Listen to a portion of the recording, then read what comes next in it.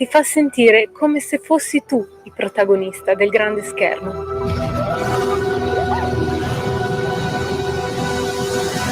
Ogni sabato dalle ore 16. Va ora in onda Filo Diretto. Grazie Radio Libertà che dà a noi la possibilità di poter essere utili, speriamo, agli ascoltatori che ne hanno necessità. Noi facciamo parte dell'associazione Ufficio Rapporti Sociali, che è un'associazione di volontari a servizio del cittadino. Questa associazione, come sempre lo dico, è formata da ingegneri, architetti, geometri, commercialisti, medici, avvocati, commercianti, patronati, capi, eccetera, che sono esclusivamente al servizio dei cittadini che hanno dei problemi o che hanno delle difficoltà per realizzare, concretizzare o avere informazioni. Con noi fanno anche parte delle associazioni di disabili, quali sono quelli autistici dell'AXA e quelli senza limiti molto conosciuti, che hanno adesso anche più maggiore riscontro anche sul territorio italiano, e anche abbiamo tutti delle associazioni di Automobile Club Canavesi, Registro Padano Veicoli Storici, Muturrei, i Delta One, l'Automoto Club Romagna, Zaccamoto, Registro Italiano Veicoli Storici, tutta gente che collabora, vuole collaborare ed è disponibile. Questo cosa vuol dire? Che quando voi volete parlare in questo momento Filo Diretto, se trovate la linea libera nella nostra radio, dovete fare 02 92 94 7222 oppure mandare dei messaggi, se non avete la possibilità perché ci sono dei problemi col telefono, al 340 67 09 659. La base della nostra discussione è il codice della strada che riguarda la mobilità, la circolazione, la sicurezza, eccetera.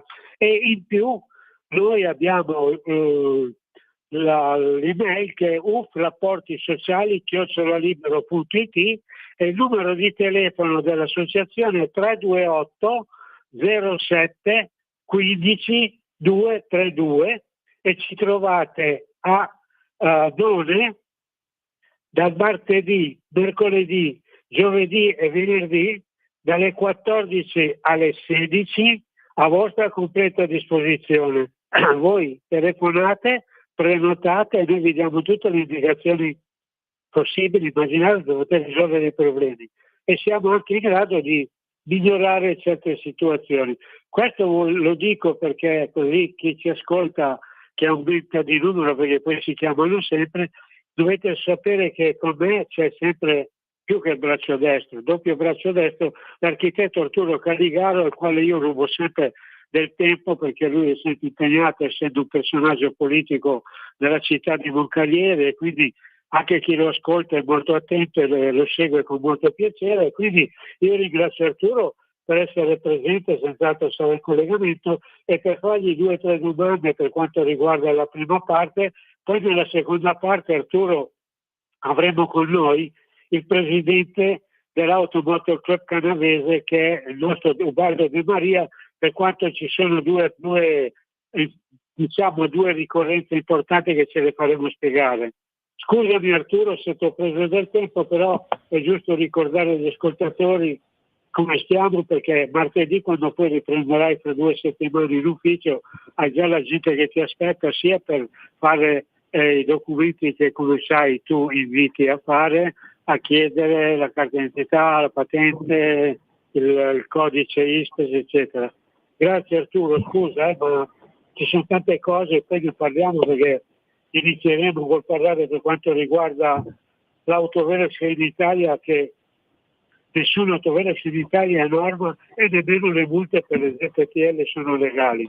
Intanto ti lascio aprire la discussione e poi ti leggerò la tematica da dibattere. Vai Arturo. Sì, un saluto a te, un ringraziamento alla regia e un saluto agli ascoltatori. I temi che noi affrontiamo purtroppo sono sempre i soliti, no? quelli che citava appunto Luigi, per il fatto che la situazione non è cambiata, nonostante la sentenza della nostra magistratura che stabilisce che molti autovelo sono illegittimi. Questi continuano a elevare sanzioni e quindi i nostri concittadini automobilisti si vedono arrivare le notifiche di sanzioni che in teoria non dovrebbero essere elevate, costringendoli a ricorrere al giudice di pace, quindi a affrontare una procedura per il riconoscimento di questa nullità della sanzione. E noi nella nostra realtà piemontese abbiamo diversi casi, come Luigi ben sa, dove vi sono appunto delle situazioni anomale, ma che continuano a non essere regolarizzate. Speriamo nei prossimi provvedimenti, speriamo anche che la Regione si faccia parte diligente a difendere gli automobilisti. La Regione Piemonte si è già dimostrata sensibile ai problemi delle auto storiche, no? Come Luigi ben sa, e speriamo che si faccia parte attiva nella tutela degli automobilisti. Per cui io vorrei dire, Luigi, tu ricorda quali sono le situazioni e le notizie recenti della nostra zona e di Torino, anche riferendo al fatto che da lunedì prossimo mi pare riprenda la sosta a pagamento nel centro di Torino, quindi bisogna far ricordare alla gente che da lunedì si tornerà a ingrassare le casse del comune con le varie soste e le varie amenità. Ti lascio Luigi per introdurre i temi che tu vuoi affrontare oggi. Sì, uno semplice, Arturo, tanto possiamo interloquire tranquillamente perché la gente lo accetta volentieri. No, avevo intenzione di iniziare col problema perché sai, Arturo, noi siamo a difesa di chi? Quelli che devono pagare o perché c'è l'autovelox che li blocca o perché gli hanno una segnaletica o perché la strada e molta gente non è a conoscenza, non è all'altezza, non è in grado e poi andiamo a scoprire che non sono neanche regolari, non sono norma di legge. Però una cosa importante, qui tu lo puoi spiegare perché ti tocca, perché tu sei veramente di qua. Allora, senti un po', questo è di ieri, Ti ricordi Torino capitale dell'auto? Oltre a Fiat, ora a Torino non si trovano più neanche i meccanici per ripararli. Ecco perché. Torino, capitale dell'auto, non abbiamo neanche i meccanici per riparare le macchine. Torino, capitale dell'auto, adesso, oltre a non riuscire più a produrre, perché l'ex Fiat, ossia Stellantis, che così chiamerai, tiene a Specchietto Mirafiori. Non trova neppure i meccanici e i tecnici per ripararle, pensa a Torino, Davvero una situazione paradossale, considerando quello che era l'indotto della Fiat non solo in termini di produzione, ma di assistenza e di vendita. È il patrimonio di scuole, istituti professionali e tecnici, ma certo anche la formazione più avanzata, una carenza di personale che supera di parecchio la media nazionale, la città di Torino. In Piemonte il comparto artigianale dell'autoriparazione conta circa 6.500 imprese con migliaia di addetti, ma anche di piccoli imprenditori che adesso, al pari di tutto il settore automotive, si trovano ad affrontare la sfida del cambiamento del mercato automobilistico tra transizione all'elettrico e la tecnologia digitale, che tu puoi spiegare la differenza. Secondo ITEMOS 2024, quindi cose attuali, il rapporto nazionale di Confartigianato sulla mobilità sostenibile, la richiesta di addetti qualificati ha raggiunto livelli critici su un totale di 36.330 meccatronici artigianali o riparatori di automobili necessari. il 70,8%, pari a 27.703 lavoratori, è il risultato difficile da reperire. Arturo, 30.000 lavoratori non si riescono a reperire. In Piemonte questa percentuale raggiunge l'82%, il che significa che ne mancano almeno 1 migliaio, l'appello sul totale dei posti liberi. La spiegazione viene riportata dal Confartigianato, che poi parleremo anche col presidente Sei, che fa parte del nostro gruppo, e lui ci spiegherà bene come stanno le cose. Dice che sta nella competenza dei digitali di base e nell'applicazione delle cosiddette tecnologie 4.0, cioè parliamo di cose tecniche con gente come me di 85-90 anni rincoglionita, che cacchio vuoi che ne venga a sapere. Ultimo punto, perché in pratica è la scuola a essere rimasta indietro. Infatti tu spiegherai se a Torino abbiamo ancora scuole per mandare la gente a fare il meccanico, il tecnico, l'automobilista, eccetera. Ultimo punto, l'autoriparazione delle imprese Piemonte necessita inoltre risorse per favorire il passaggio generazionale e sostegni per le imprese che investono sul fronte innovazione e sul personale con competenze digitali avanzate necessarie per garantire standard qualitativi adeguati alle richieste dei clienti e all'evoluzione del settore. Cioè la tecnica va talmente avanti che noi non siamo in grado, parlo come cittadini italiani, di preparare i giovani a essere all'altezza per risolvere il problema. Ti ho fatto perdere un po' di tempo, Arturo, però penso di aver chiarito e spiegato cosa intendo fare. Tu spiega bene alla gente che ci ascolta cosa vuol dire e come devono comportarsi, e perché una città come Torino non solo non fa più le macchine, ma non c'ha addirittura neppure più i meccanici. Che ne dici, Arturo? Sì, il mondo dell'artigianato e soprattutto nello specifico quello delle autoriparazioni soffre di diversi problemi. Il primo è quello di tutte le partite IVA, no? Quindi un regime fiscale che in qualche modo penalizza il piccolo artigiano, quindi il riparatore di autovetture. Il secondo è quello che dicevi tu, la trasformazione del mondo dell'automobile con l'introduzione dell'elettronica e della tecnologia, quindi molte persone di una certa età non vanno a fare investimenti per acquisire tecnologia, e questo è collegato in parte anche al mondo del finanziamento. Le banche non elargiscono mutui, le camere di commercio e le associazioni di categoria non difendono a sufficienza i propri iscritti, le camere di commercio aumentano le procedure burocratiche anche per i piccoli imprenditori, no? Quindi anche un imprenditore che ha 55-60 anni, che da quasi 50 anni che fa la sua attività, deve fare i corsi di aggiornamento, perché altrimenti non gli viene più rilasciato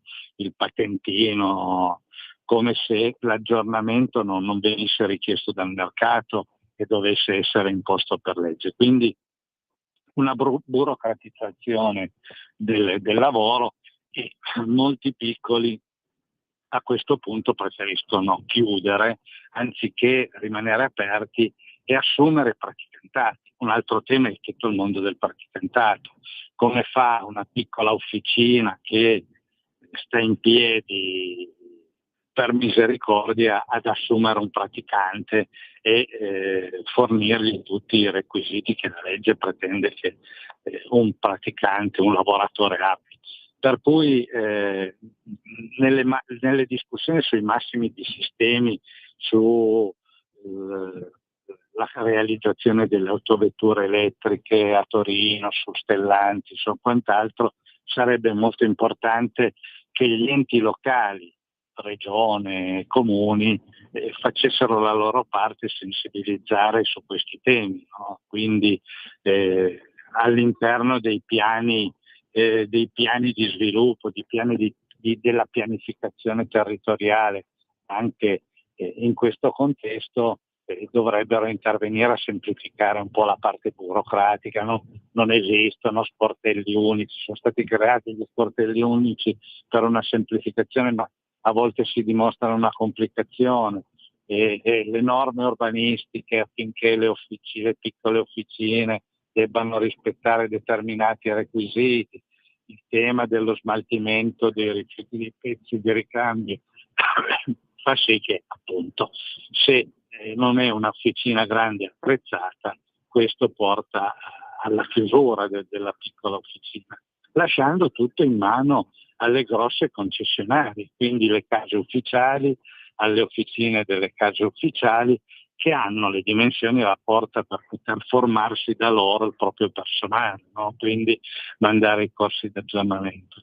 Non si fanno dei corsi regionali su questi temi e su questi presupposti, se ne fanno come dicevo prima, per informare, per aggiornare gente di 50-60 anni che è una vita che fa questo lavoro. Quindi il problema è sentito, è attuale ed è molto grave, ma non vedo una classe politica che abbia la capacità di poterlo risolvere, almeno al nostro livello, anche perché molti ignorano i temi e i problemi dei piccoli artigiani, perché appunto non li hanno mai vissuti, non sono mai stati coinvolti da queste tematiche, per cui è chiaro che occorrerà sensibilizzare la classe politica, soprattutto quella regionale, come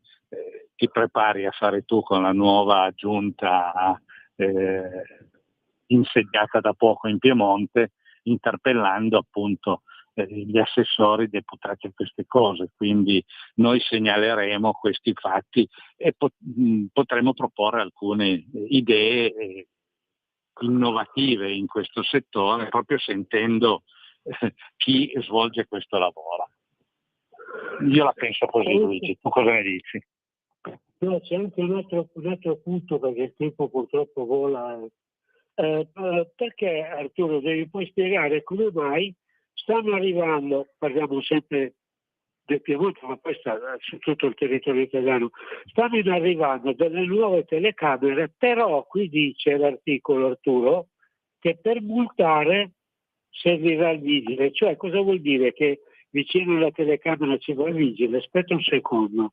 Da 42 a 60, e poi spiegherai cosa vuol dire, per monitorare le aree sensibili e tenere traccia dei veicoli che entrano ed escono dal paese si intende la cittadina, non dal paese con la P maiuscola, Italia, Francia, Austria. A Santena il comune vuole potenziare la rete delle telecamere di videosorveglianza e punta a posizionarne 18 nuove entro la fine dell'anno. Ecco perché siamo ad agosto, quindi stiamo avvertendo la gente che fra 3 mesi. Allora, per alcuni lavori di installazione sono quasi terminati, 4 vicino alla scuola Falcone.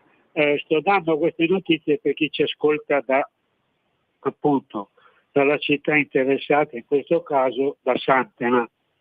E poi altre vicino alla rotonda Ponticelli, uno degli snodi centrali della viabilità locale. Per altre ancora il municipio sta partecipando a un bando del Ministero degli Interni, quello che stavi dicendo tu, politica, da cui spera arriveranno le risorse per acquistarle. Quindi si può organizzare, si può decidere, ma si aspettano i soldi. Ma allora i soldi delle multe dove vanno? Allora vorrebbe metterne una quindicina in piazza Carducci, lungo la provinciale 122, in via Trinità, via Ferrari, piazza Don Lisa e via De Gasperi. Cioè sono informazioni che ci ascolta saprà di cosa parliamo. Intanto, durante l'ultimo consiglio comunale, appunto, è stato approvato il nuovo regolamento per la videosorveglianza delle aree pubbliche, che non so io se è legge o è giusto o non è giusto.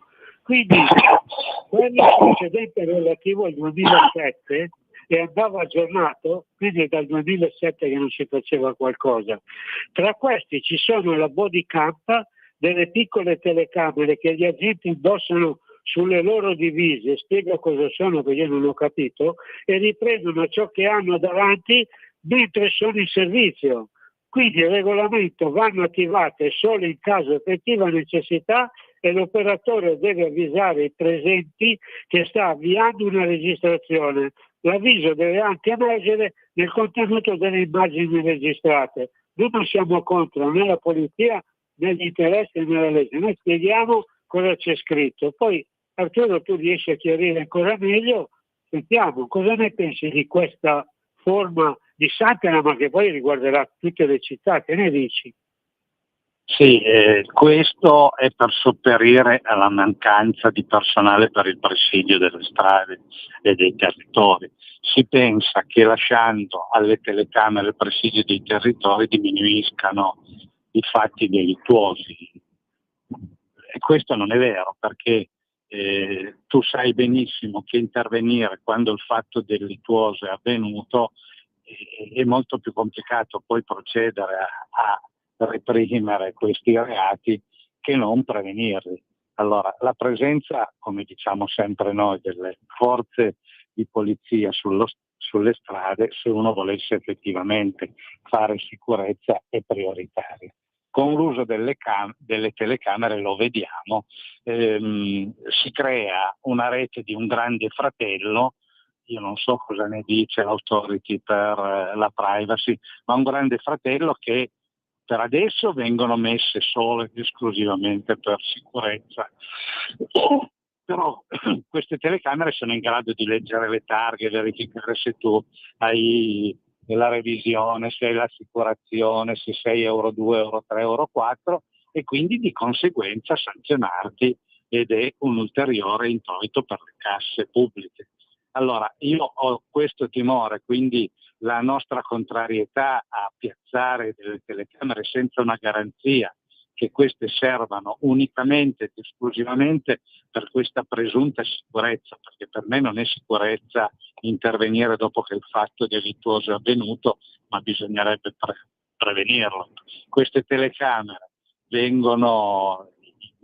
registrazioni vengono riprese solo quando poi si è a conoscenza di un fatto delittuoso e non di tutti i fatti delittuosi.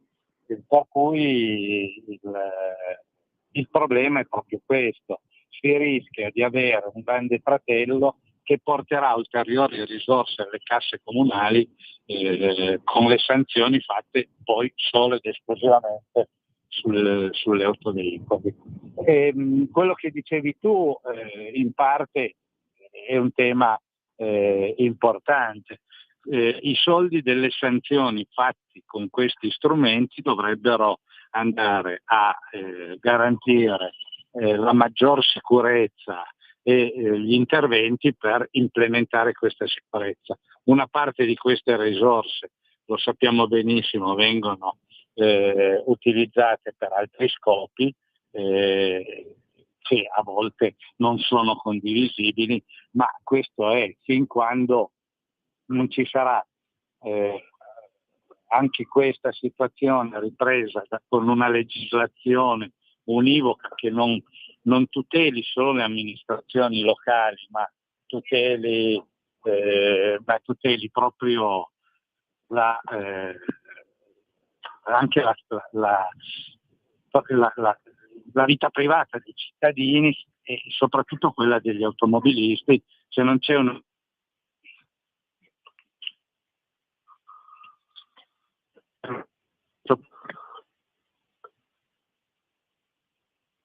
Pronto? Vuoi che siano i comuni, vuoi che siano le province o le regioni. Io la penso così, Luigi. No, va bene, ma siamo purtroppo già arrivati al termine. Senti un po' Arturo, comunque sabato prossimo riprenderemo anche le tematiche per quanto riguarda i primi, diciamo, contributi che dà la regione o il governo al Piemonte per le strade, per le piste ciclabili, per tutto quello che stanno facendo, perché riguarda anche la tua grande città di Boccalieri. Partono da Torino ma arrivano fino a Boccalieri, lì poi informati, perché sabato devi spiegare bene di cosa si tratta. Ci sono circa 6 milioni di euro, cioè 12 milioni di vecchie lire, perché qui parlano di euro come se fossero niente, ma poi sono 12 miliardi, quindi con le strade che vogliono fare, le piste ciclabili e poi quello che succede lasciamo stare. Comunque Arturo, io ti ringrazio di essere stato con noi, ormai fai parte della famiglia, è inutile che continuo a ringraziarti, considera obbligatorio. E poi risentirci domenica prossima, puoi salutare, ringraziare nella seconda parte, come ti ho detto, avremo noi Ubaldo De Maria, che pare che sia un po' meglio, sai che è stato all'ospedale, certo. Ci parlerà dei 2 avvenimenti, lo terrò poco con me e poi mi arrangerò io a vedere se riesco ad andare avanti con gli articoli per chi ci ascolta. Grazie Arturo. Buona domenica, grazie alla regia, un salutone a te Luigi, a sabato prossimo. Ciao. Ciao, buona giornata, a voi studio. In 30 anni di attività ho avuto modo di vedere le cose più strane. Ho affrontato zombie, vampiri, licantropi, mutanti e spietati assassini. Ho vissuto le storie più assurde e le avventure più bizzarre. Ma la storia più incredibile di tutte è quella che sto per raccontarvi. E questa è la mia storia. Ascoltate Movie Time con Vincent. Ogni sabato dalle ore 16. Da oggi la tua radio È ascoltabile anche con la televisione in digitale. Sul telecomando della televisione digitale o del tuo ricevitore digitale puoi scegliere se vedere la TV o ascoltare la radio. Risintonizza i canali radio e troverai anche Radio Libertà, canale 252. la tua radio.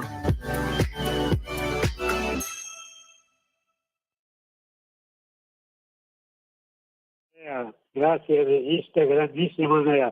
Allora adesso nella seconda parte ho invitato, se 5 minuti non li voglio far perdere troppo tempo perché penso che stia nel ci dirà qualcosa, il presidente dell'Automoto Club Canavese, che è Ubaldo De Maria, al quale gli chiederò, intanto ti do un bacione Ubaldo e poi ti chiederò di spiegare, perché sai che come radio siamo qui per spiegare quello che succede il giorno dopo, mai quello che è successo. E domani ci spieghi cos'è il raduno dei beni storici proprio nella tua cittadina. E poi c'è quello del 1° settembre, sempre che ti chiedo di parlarne del raduno delle moto d'epoca ebrea, perché Ubaldo devono fare le prenotazioni entro il 20 agosto, ecco perché ti chiederò anche di quello. Spiegami queste 2 manifestazioni, quella del raduno beni storici e quella dell'auto moto d'epoca di Ivrea. Intanto benvenuto Ubaldo, come stai? Buongiorno a tutti, ciao Luigi, tutto bene, grazie. Allora, domani, come conclusione della festa della Borgata Madonna di San Francesco al Campo, avevamo deciso nel capire che cosa fare, nel preventivare il tutto, di provare a fare la prima edizione di C'era una volta, praticamente edizione a riguardo al raduno di mezzi storici, moto, macchine e anche trattori. E devo dire che, guarda, pur essendo ai box per le note vicissitudini che tu sai, nel senso che ho subito un'operazione di protesi al ginocchio, allora ho avuto un sacco di adesioni. Difatti ad oggi ho più di 50 prenotati per domani, quindi vuol dire che ci sarà un bel numero di mezzi storici in esposizione domani mattina, dalle 9 in avanti, con poi verso le 11, dopo un aperitivo in compagnia, andremo a fare un giro per le vie del paese e poi ci fermeremo a pranzo appunto nel capannone a chiusura di questa festa che si protrae ormai dal 13 di agosto, come tutti gli anni è stato un grosso successo. Questo è. Diciamo che io ho ancora ricevuto prenotazioni a tutt'oggi e fino a stasera io posso accettare ancora anche altre prenotazioni. Se qualcuno vuole venirci a trovare, la cosa ci fa enormemente piacere. E poi ormai diciamo così che i raduni dei mezzi storici, vista considerata la notevole partecipazione e soprattutto la passione che si sta sempre più ampliando, ma un po' dappertutto, in poche parole, anche gente che prima magari non era molto interessato, adesso si stanno proprio appassionando. C'è veramente una ricerca di mezzi storici, di ricondizionamento di auto, eccetera. Ultimamente si stanno organizzando un po' in giro, un po' dappertutto, delle vere e proprie manifestazioni, si può dire quasi tutte le domeniche. Il raduno dell'amicizia a Ivrea è molto interessante, soprattutto per come verrà sviluppato, perché loro hanno proposto, anzi proporranno praticamente il raduno in una piazza di Ivrea, che poi è molto ben chiaro sul manifestino. Ma la cosa bella è che poi partiranno in corteo e andranno a visitare il castello di Foglizzo, sempre nel canavese, chiaramente. Il castello di Foglizzo è un bel maniero medievale, praticamente, che era, siccome posto un po' sull'altura, veniva utilizzato come difesa e rifugio ai tempi del Medioevo. Poi da quello che mi sono informato, nel XVII-XVIII secolo praticamente è stato adibito a dimora signorile dai conti di Biandrate. Ecco, questa è una cosa che per me è anche stata una novità, e attualmente è praticamente la sede del comune di Foglizzo, ed è veramente un bel maniero, perché tra l'altro dice che, mi sono informato, come vi ho detto, i saloni sono affrescati con emblemi e blasoni, e addirittura ci sono un sacco di soffitti a cassettone. Oggi fantastiche queste cose. E poi dopo questa visita il corteo si dirigerà verso Alliè, dove faranno praticamente il pranzo conviviale presso un ristorante di Alliè. E questa è una bella... Devo dire che io non so se sarò in grado di guidare ancora, però sarebbe una cosa che purtroppo non riesco a prenotarlo per il 20, perché non mi fido e non so se sarò in grado, però sarebbe una cosa che almeno un raduno a cui avrei partecipato volentieri. Ma da quello che so, una manifestazione importante, perché anche loro fanno le collezioni che viene offerta dal Club Ruoti Storici, cioè sono tanti club insieme che ormai se ne parla poco, ma non riesco a capire perché se ne parla poco, forse perché la gente non lo capisce. Ma noi come gestori, come organizzatori, tu poi addirittura guardo, anche con non è che parliamo di auto normalissime, perché anche Lanciadelta non è proprio l'ultimo arrivato. No, difatti, guarda, ti dico, come presidente, sei la persona che poi sei anche un giudice, cioè sei la persona giusta, non per niente fai parte del nostro club di volontari, ti ringrazio anticipatamente. Comunque, secondo te, loro che vogliono prenotarsi entro il 20 agosto 2024, vuoi che dia il numero di telefono? Vuoi cos'è? Aspetta che ce l'avevo, però forse è meglio che ce l'hai tu. Non so se ce l'hai tu, perché forse aspetta che vedo se riesco a recuperarlo e fartelo subito. Posso dare io? Allora, aspetta che forse ce l'ho anch'io. Allora, dove caspita è finito? Eccolo qua. Allora, prenotazioni ci sono almeno 3 numeri, e io ve li do molto volentieri, anche perché poi tra l'altro ribadisco è un bel giro, e oltretutto anche ho visto il menù nel ristorante, chapeau, non è male, e il costo è molto molto diciamo così, secondo me competitivo. Allora, prenotazioni ai numeri 347 43 44 278, Gabriella Rossi, oppure al 339 10 17 101 Giovanni Trassa, oppure ancora 348 75 53 506 Banner Orsi. Queste sono le prenotazioni che secondo me, che qualcuno ha la vettura o una moto e vuole fare passare una bella domenica, secondo me è un raduno che ne vale la pena, sicuramente.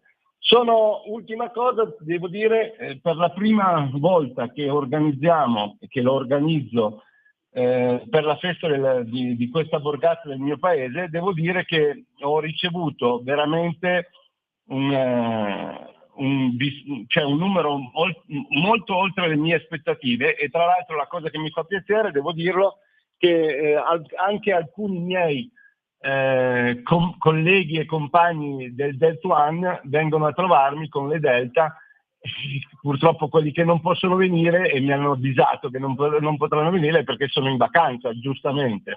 Noi abbiamo voluto provare ed effettivamente la cosa comunque ci fa piacere e non volevamo, era per fare qualcosa di diverso anche in virtù di chi non è andato, non ha lasciato il proprio paese per andare in vacanza e magari era fermo in casa.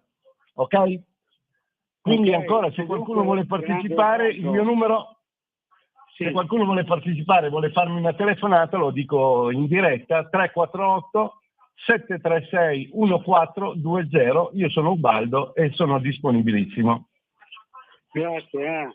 Ubaldo, grazie a voi, è stato un piacere. Grazie per aver partecipato e poi sarai presente anche perché poi da settembre sai che inizieremo a fare qualcosa di molto più importante e tu non puoi mancare, Ubaldo. Difatti dovremmo parlarne adesso appena. Intanto devo dire che io, grazie a Dio, la prossima settimana mi lasciano, mi dimettono dalla struttura di riabilitazione, per cui sarò un po' più libero.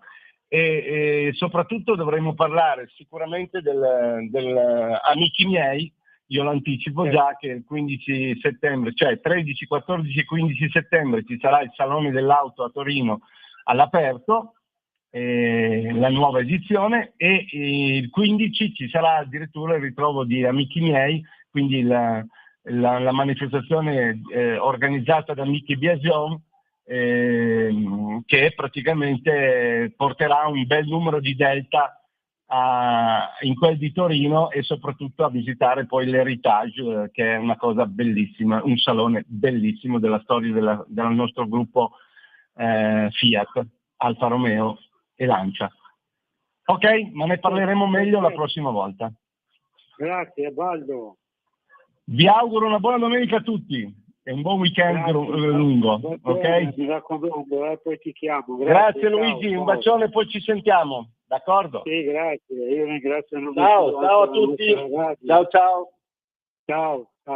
Nostra radio che consente appunto di parlare, come dimostriamo, sono tutta gente volontaria che si offre la propria personalità, la propria conoscenza, la propria perfezione, la mette a disposizione di chi ha necessità e chi magari vorrebbe fare sapere e non è a conoscenza.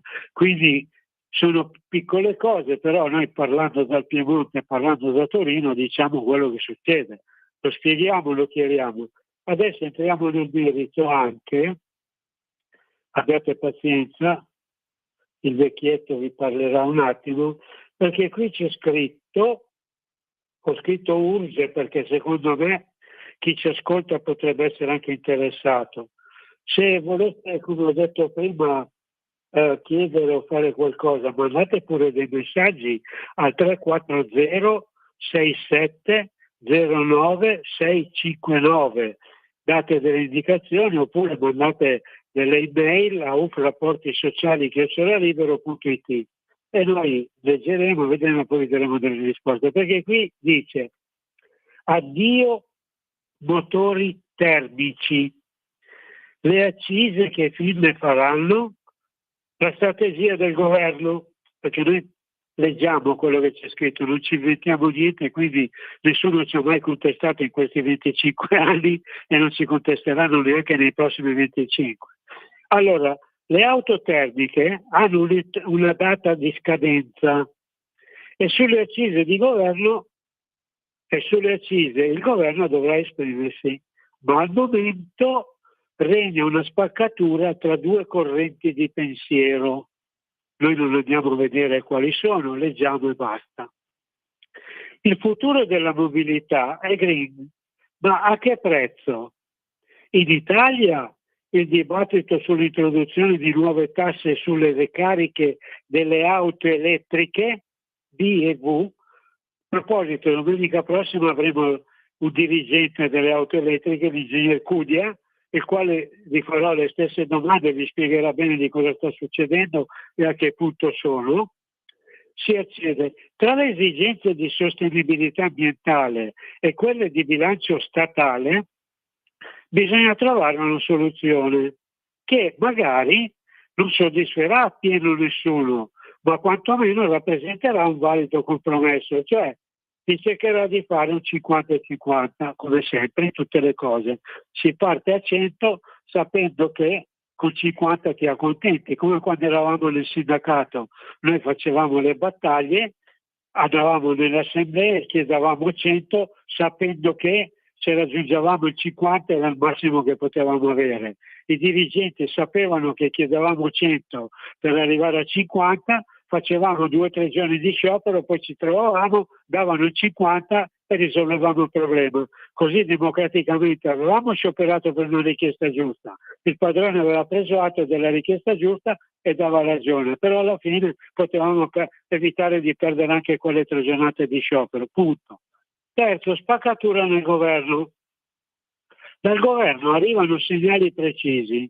Il Ministero dell'Ambiente, Gilberto Picchetto Fratin, ribadisce la sua posizione di un approccio realistico e concreto alla transizione energetica, senza finire imbrigliati nei dogmi e pagarne pegno a lungo andare. L'idea dell'onorevole di apportare con correttivi sulla neutralità tecnologica e sul sostegno ai biocarburanti, una posizione che incontra il favore dei petrolieri preoccupati dall'importo negativo che l'elettrificazione dei trasporti potrebbe avere sul loro business. Ecco perché leggo, così chi ci ascolta sabato prossimo potrà spiegare meglio. Nel mentre il ministro dell'economia e delle finanze Giancarlo Giorgetti, mio fratello, non esclude l'ipotesi di tassare le ricariche delle vetture a batteria. Secondo le stime dell'UNED, Unione Energia per la Mobilità, ciò consentirà di generare 3,8 miliardi di euro in entrate alle casse erariali. 3,8 miliardi. Si vorrebbe quindi a creare un meccanismo di compensazione. Poi ci sono vantaggi e svantaggi. Tuttavia, la strategia non è esente da criticità. Il prezzo della ricarica è infatti già cresciuto in misura considerevole nell'ultimo periodo. Inoltre, un ulteriore aggravio rischia di disincentivare il passaggio alla BEV, rallentando il processo. Inoltre, l'imposizione di nuove tasse sui biocarburanti, considerati da alcuni una soluzione alternativa ai combustibili fossili, solleva dubbi sulla loro reale sostenibilità e sul futuro all'interno del panorama europeo. L'esecutivo si trova, insomma, di fronte a un bivio: privilegiare il breve o il lungo periodo. Nel caso in cui venga scelta la prima strada, allora la politica promossa dalla Commissione europea, ecco perché parliamo a livello nazionale, è la migliore. Altrimenti, se l'obiettivo è quello di creare un sistema virtuoso in vista dei prossimi anni, l'idea del governo si lascia preferire. I biocarburanti, lo ricordiamo, verrebbero esclusi nel 2035, stando ai piani comunitari, i quali però verranno ridiscussi come già comunicato da Ursula von der Leyen. Degli investimenti sulle colonnine andranno comunque fatti, questo è sicuro. Difatti chi vorrebbe fare delle colonnine ha diritto anche a dei risarcimenti, spiegherò poi sabato come fare. Questo è sicuro perché le colonnine di ricarica rimangono per lo più confinate alle grandi città dove comunque ci sarebbe ancora da lavorare, mentre nelle realtà di provincia scarseggiano. In merito alla lente procedure di riferimento, la responsabilità ricade sulle realtà del settore che sono attualmente all'opera, anche se il ritardo tecnico maturato rispetto alla Cina è notevole. Discorso generale, scusatemi. Il colpevole gap in confronto alla Repubblica del Dragone viene avvertito in tutto il vecchio continente e la scarsità delle terre rare non aiuta a risalire la china. Avendo in mano una sorta di monopolio, Pechino tira le redini e i prezzi elevati vanno a interessare lo stesso singolo consumatore. A causa degli elevati costi di produzione, le aziende occidentali devono infatti applicare un rincaro pure sul prezzo di listino. Capite perché lo sto dicendo? Perché poi spiegheranno un po' di cosa si tratta e perché noi dobbiamo sempre pagare quello che gli altri... Vabbè. Focalizzandoci sull'Italia, una luce di speranza filtra con la risposta della popolazione agli eco-bonus. Anche lì poi andiamo a vedere. I generosi sconti del 2024 hanno portato a prosciugare gli incentivi sulle auto elettriche in tempo zero. In nemmeno 10 ore sono andati esauriti e a partire da qui magari è opportuno ripartire. Cioè, qui fanno i lasciti, propongono i contributi, eccetera, però limitano perché mettono, per esempio, 3 milioni di euro sapendo che gli interessati a doverne richiedere hanno bisogno di 30 milioni di euro. Quindi mettendo i 3 milioni di euro cosa succede? Che non tutti hanno diritto a partecipare, non tutti ne possono avere, allora si vanno a cercare le cose incredibili, l'età, la formazione, l'intelligenza, la città, il paese, la pensione. Cioè, se c'è un diritto, il diritto è per tutti. Non mi interessa sapere se è vecchio, se è giovane, se è bello, se è brutto, se è uomo, se è donna, se è grande, se è piccolo. I diritti sono uguali a tutti. Quando c'è il rosso e noi passiamo, che passi il vecchio, il giovane, il bello, il brutto, il cattivo, l'intelligente, paga la multa. È in errore, perché c'è il rosso, non il rosso che diventa rosa, che diventa bilaterale, bicolore, tricolore, perché poi si cercano tutte le cazzate per risolvere e non risolvere mai il problema. Ecco perché io l'ho letto questo, perché ci hanno ascoltato quelli che il sabato prossimo saranno qui e che arriveranno, perché quando si stabilisce un rimborso, il rimborso deve essere per tutti, non per alcuni. La legge è uguale per tutti, c'è scritto. Poi non so se quando poi ti processano è uguale per tutti, questo non sta a me. Però io dico che se la legge dice che 10 si scrive con 1 e 0, 10 si scrive, oppure si scrive DI, non c'è altro modo da fare. La X può anche essere un 10, però devi spiegare che è una cifra romana. Quindi o sei chiaro o non fai le cose. Io la penso così. Chiedo scusa, ho allungato forse troppo il discorso, però nell'invitarvi ad ascoltarci sabato prossimo alle 11 con anche, come ho detto prima, l'ingegnere Diego Cudia, il quale vi spiegherà bene di cosa si tratta. Io ringrazio ancora la nostra Radio Libertà e il nostro grande regista, che è veramente Andrea, che ci dà una mano, altrimenti non saprei come muovermi. E vi ricordo che noi come Associazione Ufficio Rapporti Sociali siamo presenti martedì, mercoledì, giovedì, venerdì a None, dalle 14 alle 16 a disposizione. E se volete prima di arrivare chiamateci al 328 07 15 232. Io ringrazio ancora la nostra Radio Libertà e nell'aspettarvi e invitarvi al sabato prossimo vi auguro tanta salute, tanta pace e tanta serenità. Un bacione a tutti e grazie a voi studio, grazie Andrea. Avete ascoltato Filo Diretto,